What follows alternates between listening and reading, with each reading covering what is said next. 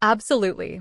Here is your story rewritten with Americanized names and locations, maintaining the original meaning, content, context, and plot, aiming for a level 4 writing style, seamless flow, and a satisfying conclusion, with changes highlighted in bold.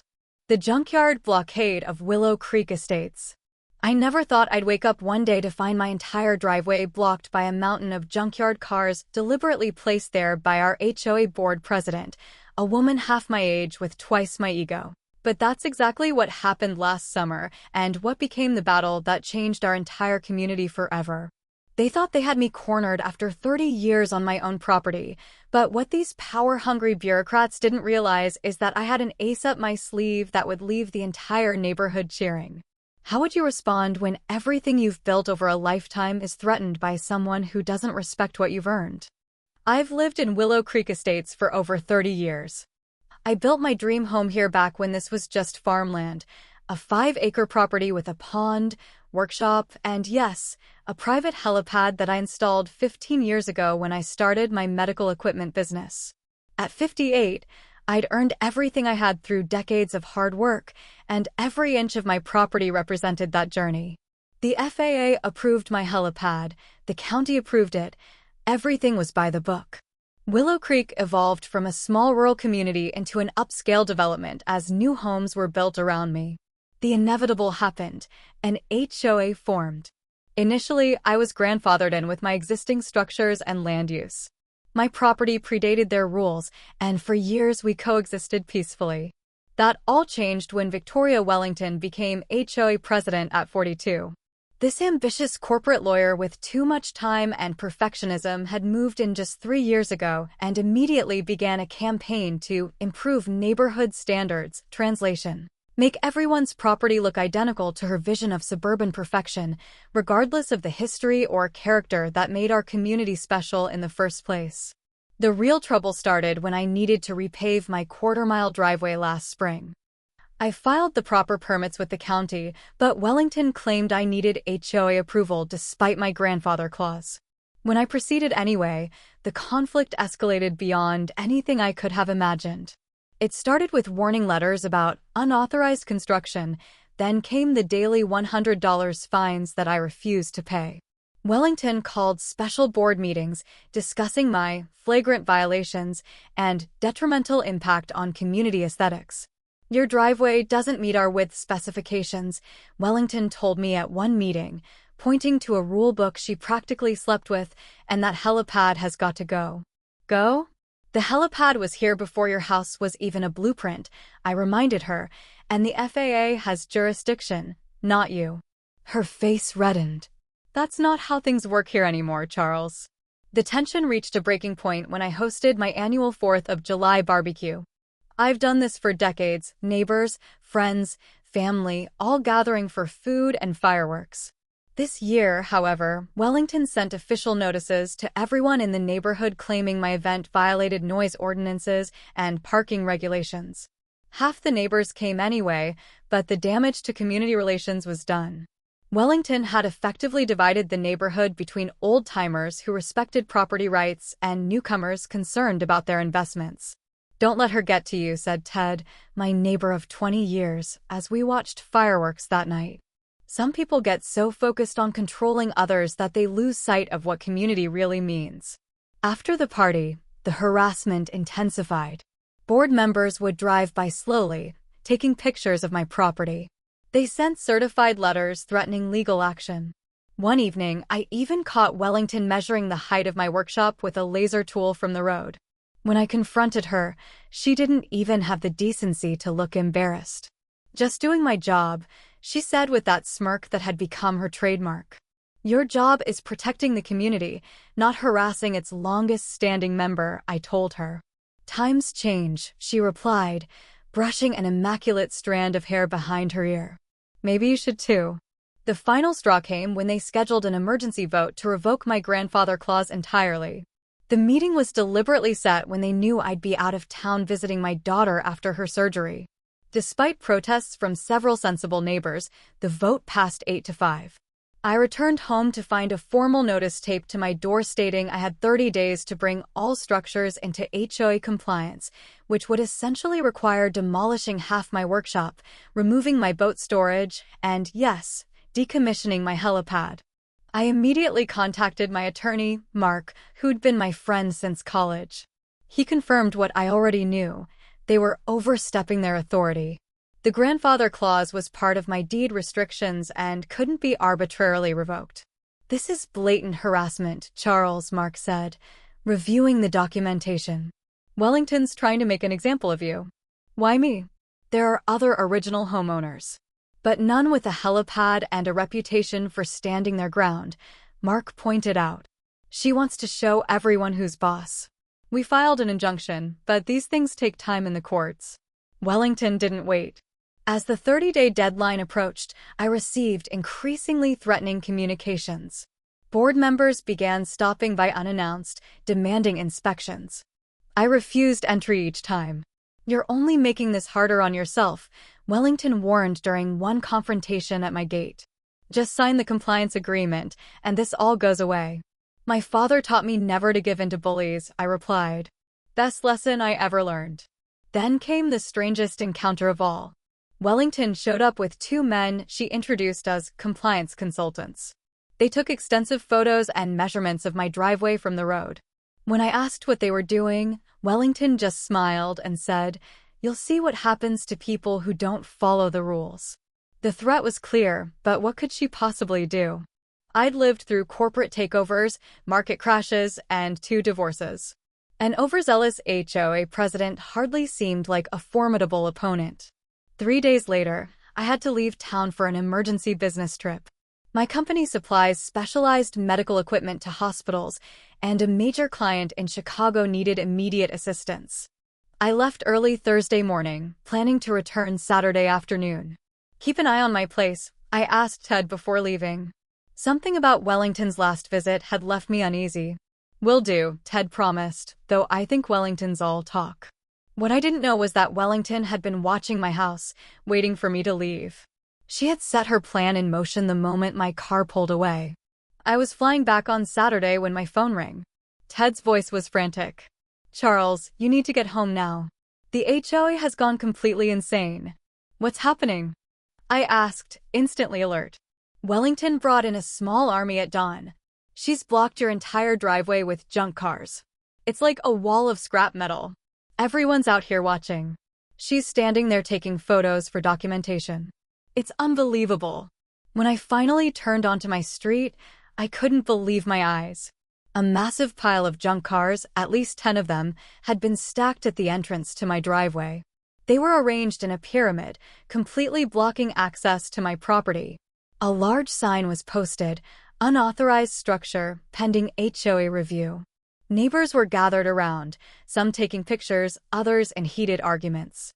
Mrs. Thompson, a 72-year-old widow who'd been my neighbor from the beginning, was jabbing her finger at Wellington's chest, her normally gentle face contorted with anger. Wellington stood proudly next to her handiwork with several board members, all wearing matching polo shirts with the HOA logo. When she saw me pull up, she walked over with a smug smile that made my blood boil. "Perhaps now you'll understand the importance of compliance," she said, handing me a document with perfectly manicured nails. "This is an official notice of violation. Your driveway exceeds HOA width specifications by 2.3 feet and uses unapproved materials. The vehicles will be removed once you sign this agreement to reconstruct it according to guidelines." I scanned the document, which would not only require me to rebuild my driveway at enormous expense, but also included a clause acknowledging HOA authority over all structures on my property, effectively nullifying my grandfather clause. "You can't be serious," I said, looking from the paper to the mountain of twisted metal blocking my home. "This is blatantly illegal."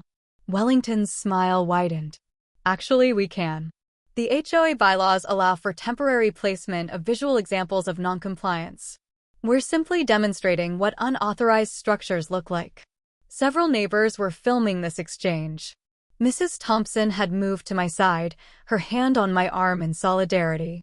Others were divided, some outraged by Wellington's tactics, others nodding in agreement with her. "You have 48 hours to sign the agreement," she continued, checking her watch as if she had more important matters to attend to. "After that, we'll be forced to take additional measures." "What measures?" I asked, keeping my voice level despite my anger. "Let's just say the next demonstration will be even more educational," she replied. I called the police immediately, but when they arrived, Wellington produced HOA documents and county regulations. The officer, confused by the legal jargon, said it appeared to be a civil matter and advised me to contact my attorney. "Civil matter?" Ted exclaimed after the police left. "There's nothing civil about this." I was effectively trapped, my driveway blocked, my property inaccessible by car, and apparently without immediate legal recourse. But as I looked around at Wellington's smirking face, something shifted inside me. 30 years I'd lived here. 30 years I'd built something to be proud of. No paper-pushing bureaucrat was going to take that from me. "Well, Charles?" Wellington asked, holding out a pen, ready to sign. I looked her straight in the eyes. "You should have done your homework better," I said quietly. "This isn't over." That night, I sat on my porch, looking at the mountain of junk cars blocking my driveway. Neighbors came by offering support. Ted brought dinner. Martha from down the street offered her guest room if I needed somewhere to stay since I couldn't get my car onto my property. "I appreciate it," I told them, "but I'm not going anywhere. This is my home." After they left, I poured myself a bourbon and called Mark. He was already working on emergency legal measures, but courts move slowly, especially on weekends. "She's counting on you getting desperate," Mark said. "She wants you frustrated enough to cave." "She doesn't know me very well then," I replied. For 30 years, I'd built a business supplying emergency medical equipment across 3 states. When hospitals need urgent deliveries, they call me because I get things done, no matter what. That's why I had installed the helipad years ago, because sometimes roads aren't the fastest way to deliver life-saving equipment. As I sipped my drink, watching the sunset glint off the pile of junk cars, a plan began to form. Wellington thought she had blocked my only access. She'd focused on the road because that's how she saw the world, narrow, conventional, by the book. But I'd never been a by-the-book kind of man. That's how I'd built my business, my home, my life. I made 3 calls that night. First, to Mark, outlining my plan and confirming its legality. Then to my business partner. And finally, to Mike, an old Vietnam veteran who operated a heavy-lift helicopter service that we occasionally contracted for urgent medical equipment deliveries. "You want me to do what?" Mike asked, then laughed long and hard when I explained. "Charles, I've known you for 20 years, but this takes the cake. Count me in." By morning, everything was set. I invited several neighbors over for coffee Sunday morning. They had to park on the street and walk up the long driveway around the car barricade. We sat on my back patio discussing the situation. "I don't understand how she can get away with this," Mrs. Thompson said, stirring her coffee with trembling hands. "In all my years here, I've never seen such bullying." "It's about precedent," Ted explained. "If Wellington can force Charles to comply, none of us are safe." Just then, the distinctive sound of helicopter rotors grew in the distance. "What's that?" Ted asked, looking up. "That," I said with a smile, "is my ride." A Bell 205 heavy-lift helicopter appeared over the tree line. Mike was right on schedule. The neighbors watched in amazement as it hovered above my property, then slowly descended onto my perfectly legal, FAA-approved helipad behind the house. Within minutes, Mike and I were walking back to the patio. His weathered face broke into a grin as he surveyed Wellington's barricade from our vantage point. "So these are the cars causing all the trouble?" he asked, sipping the coffee I handed him. "They certainly are," I replied, "but first, we need my tractor.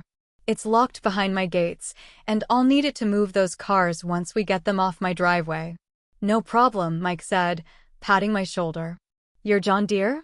We can lift that with our eyes closed. This will be a Sunday joyride compared to what we did in Nam." Word spread quickly through our neighborhood's text chain. By noon, nearly half the neighborhood had gathered on the street. Some brought lawn chairs, others had coolers and snacks. Children played while adults chatted excitedly. It had turned into an impromptu Sunday social event, unlike anything our community had seen in years. Wellington arrived looking concerned, his polo shirt perfectly pressed despite the weekend. "What's going on here?" he demanded, spotting the helicopter on my property. Before anyone could answer, Mike fired up the helicopter. Its massive rotors began turning slowly at first, then faster, until they were a blur above the aircraft. The sound washed over us like a wave, drowning out Wellington's protests. Wellington's face paled as he realized what was happening. He rushed toward my property line, waving his arms frantically, but the rotor wash kept him at bay, messing up his carefully styled hair. The helicopter lifted off from my helipad, hovered momentarily, then moved directly over the pile of junk cars. A steel cable descended from its underbelly, ending in a heavy-duty harness system. Mike's ground crew, 3 professionals I'd flown in that morning, expertly secured the harness around the first car with practiced efficiency.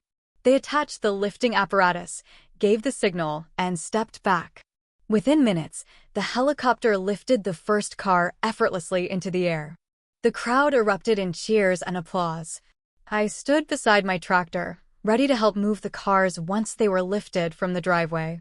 "You can't do this," Wellington shouted, but her voice was drowned out by the helicopter and the cheers.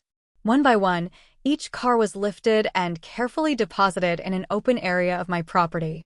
After each placement, I climbed onto my tractor and arranged the junk cars in a neat row, well away from the driveway. The combination of aerial and ground operations was a perfectly choreographed dance of machinery. The entire operation took less than 2 hours. By mid-afternoon, my driveway was completely clear. As the last car was moved, spontaneous applause broke out among the spectators.